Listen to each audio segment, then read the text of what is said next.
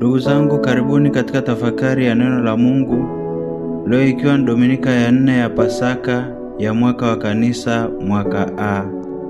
Dominika ya leo inajulikana kama Dominika ya Miito na pia kama Dominika ya Kristo mchungaji mwema.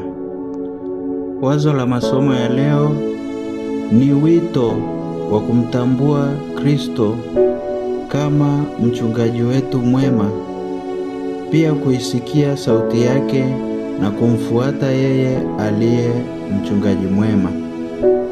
Somo la kwanza linatoka katika kitabu cha Matendo ya Mitume sura ya 2 mstari wa 14a na mstari wa 36 mpaka 41. Tusikilize somo. Siku ya Pentekoste, Petro alisimama pamoja na wale 11, akapaza sauti yake akawaambia, basi nyumba yote ya Israeli na wajue yakini ya kwamba Mungu amemfanya Yesu huyo mliyemsulubisha kuwa Bwana na Kristo. Walipoyasikia haya, wakachomwa mioyo yao, wakamwambia Petro na mitume wengine, tutendeje ndugu zetu? Petro akawaambia, tubuni mkabatizwe kila mmoja kwa jina lake Yesu Kristo, mpate ondoleo la dhambi zenu, nanyi mtapokea kipawa cha Roho Mtakatifu.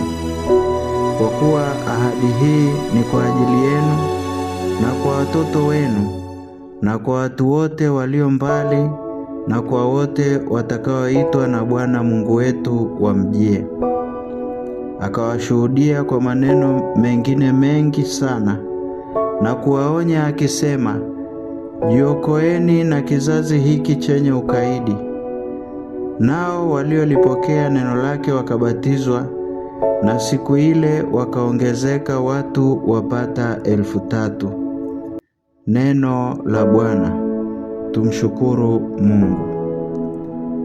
Somo la pili ni la waraka wa kwanza wa Mtume Petro kwa watu wote, sura ya 2 mstari wa 20b hadi 25. Tusikilize somo. Ndugu zangu, kustahimili mtendapo mema na kupata mateso, huu ndio wema hasa mbele za Mungu, kwa sababu ndiyo mlioitiwa. Maana Kristo naye aliteswa kwa ajili yenu, akawaachia kielelezo mfuate nyayo zake.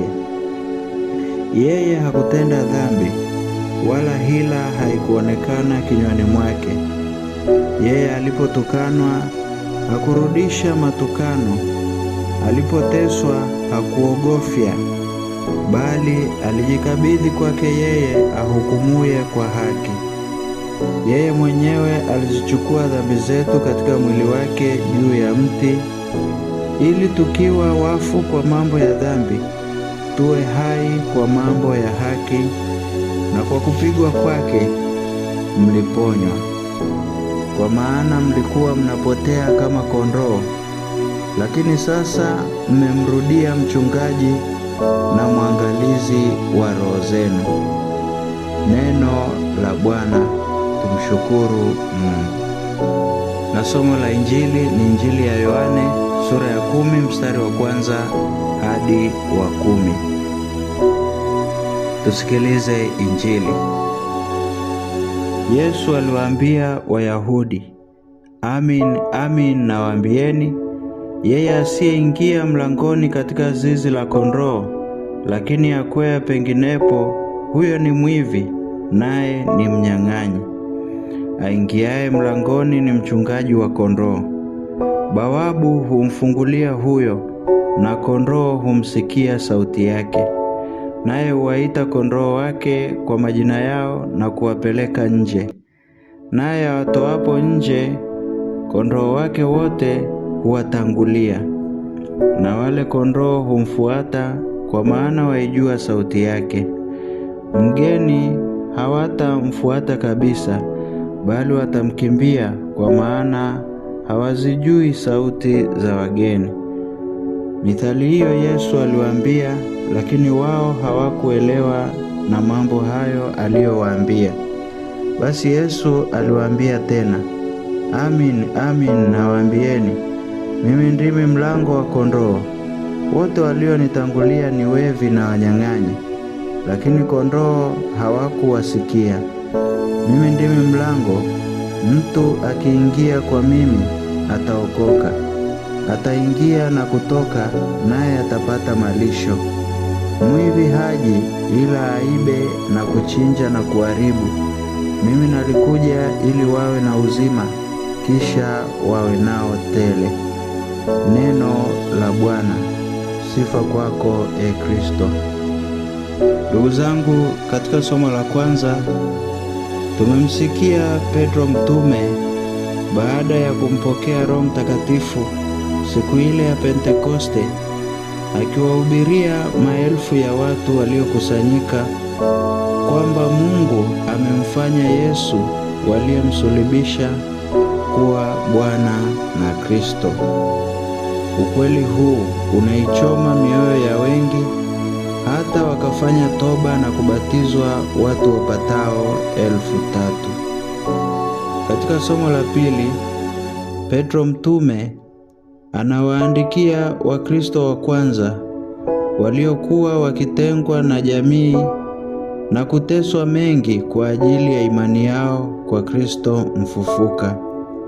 Petro anawatia moyo ili waweze kuendelea kuwa na uimara katika imani pamoja na kubaki waaminifu kwa Kristo hata katika kuteswa kwao kusiko haki. Kwani Petro anaamini kuwa kuna thamani kubwa kuteseka katika kutenda mema ikilinganishwa na mateso yatokanayo na kutenda mabaya ambayo hayana faida yeyote. Petro anatoa mfano wa Bwana wetu Yesu Kristo mwenyewe ambaye aliteseka kwa sababu ya kutenda mema, kwa sababu ya kuwaponya wagonjwa, kwa sababu ya kuwatoa mapepo waliovamiwa na mapepo, na kwa sababu ya kuwaonyesha watu njia sahihi ya kumwendea Mwenyezi Mungu, ya kuishi jinsi Mwenyezi Mungu apendavyo. Lakini watu walipingana na hayo, na ndipo Bwana wetu Yesu Kristo akaingia katika mateso. Na kwa kupitia mateso ya Bwana wetu Yesu Kristo aliyoteseka kwa ajili ya kutenda mema, basi tulipata ukombozi kwayo. Katika somo la Injili tunaona jinsi Yesu anavyojitambulisha kama mlango wa kondoo na mchungaji wa kondoo. Yesu kwa kusema hayo anatualika kumtambua yeye kama mchungaji mwema kwetu sisi tulio kondoo wake. Katika Dominika ya leo tuna mafundisho yafuatayo. Fundisho la kwanza, Yesu Kristo ni mchungaji wetu mwema. Ndugu zangu, Yesu ni mchungaji wetu mwema, kwani anatuchunga sisi tulio kondoo wake kwa kutuongoza katika malisho mazuri. Neno malisho hapa linaweza kuashiria jinsi Bwana wetu Yesu Kristo anavyotulisha kupitia Ekaristi takatifu, yaani mwili na damu yake. Kwani kila siku, ndugu zangu, tunapokutanika kwa misa takatifu, Bwana wetu Yesu Kristo anatulisha na kutunywesha roho zetu kupitia Ekaristi takatifu. Bwana wetu Yesu Kristo ananenepesha roho zetu, anatulisha, anatupatia malisho mazuri ya roho zetu hata tuweze kufika katika uzima wa milele. Aidha, Bwana wetu Yesu Kristo anatuongoza katika malisho mazuri ya mafanikio mbalimbali tunayoyapata kwa msaada wa Mungu katika maisha yetu. mafanikio kama amani, furaha, afya njema, mafanikio ya makazini mwetu na kadhalika. Yesu Kristo ni mchungaji mwema kwetu, kwani licha ya kutuchunga na kutuongoza kwenye malisho mazuri, yeye hutulinda. Anatulinda na hatari zote za kimwili na kiroho. Anatulinda tuwapo majumbani, katika kazi na shughuli zetu za kila siku, tuwapo safarini na sehemu yoyote tunapokuwepo. Yesu pia ni mchungaji mwema, kwani hutuponya jeraha zetu za kimwili na kiroho. Katika somo la pili leo hii, Petro anawaambia makutano kuwa kwa kupigwa kwa Yesu waliponywa. Maneno haya ni dhahiri kwetu pia, kwani kwa kupigwa kwake Yesu hata sisi tunapokea uponyaji. Ndio maana wapo watu wengi miongoni mwetu ambao wanakiri kuponywa kwa nguvu ya msalaba wa Yesu, nguvu ya Ekaristi Takatifu, sala na mengineyo yanayohusu imani kwa Bwana wetu Yesu Kristo. Hivyo ndugu zangu, kwa namna ya pekee tunaalikwa katika Dominika ya leo kumtambua Yesu Kristo kama mchungaji mwema anayetulisha, anayetulinda na kutuponya sisi tulio kondoo wake.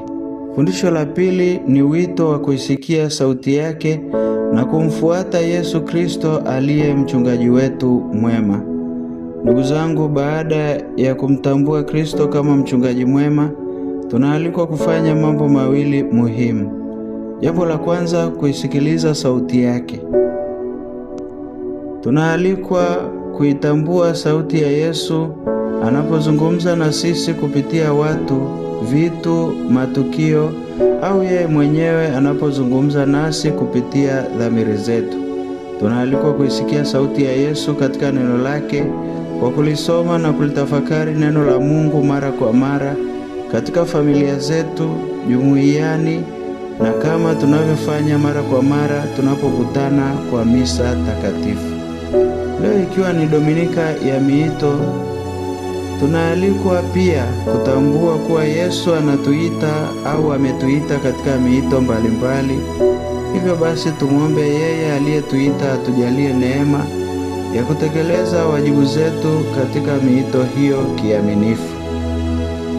Tunaalikwa pia, tukishaisikia sauti yake mchungaji mwema, tumfuate kwa kumwiga yeye ambaye ndiye kielelezo cha mchungaji mwema, kwa kuwachunga wale tuliokabidhiwa chini yetu kwa upendo, huruma na kujitoa sadaka kwa ajili yao kama Kristo alivyofanya. Fundisho la tatu ni utambuzi wa ndani wa zawadi ya Mungu. Ndugu zangu, katika Dominika hii ya Miito, Baba Mtakatifu Leo wa 14 ametuachia ujumbe wa kutafakari katika mioyo yetu unaosema utambuzi wa ndani wa zawadi ya Mungu. Katika hili tunaalikwa kutafakari juu ya karama na vipaji mbalimbali ambavyo Mungu ametujalia ili tuvitumie kwa ajili ya utukufu wake. Tujiulize leo hii, je, mimi ninatenga muda kutafakari juu ya vipaji vyangu Mungu alivyonijalia? Je, ninatumia karama na vipaji na mema yote ambayo Mungu amenijalia kwa ajili ya kumtumikia yeye? Basi ndugu zangu, tumwombe Mungu katika Dominika ya leo atujalie tuweze kutambua karama alizotujalia na kuzitumia kwa ajili ya sifa na utukufu wake.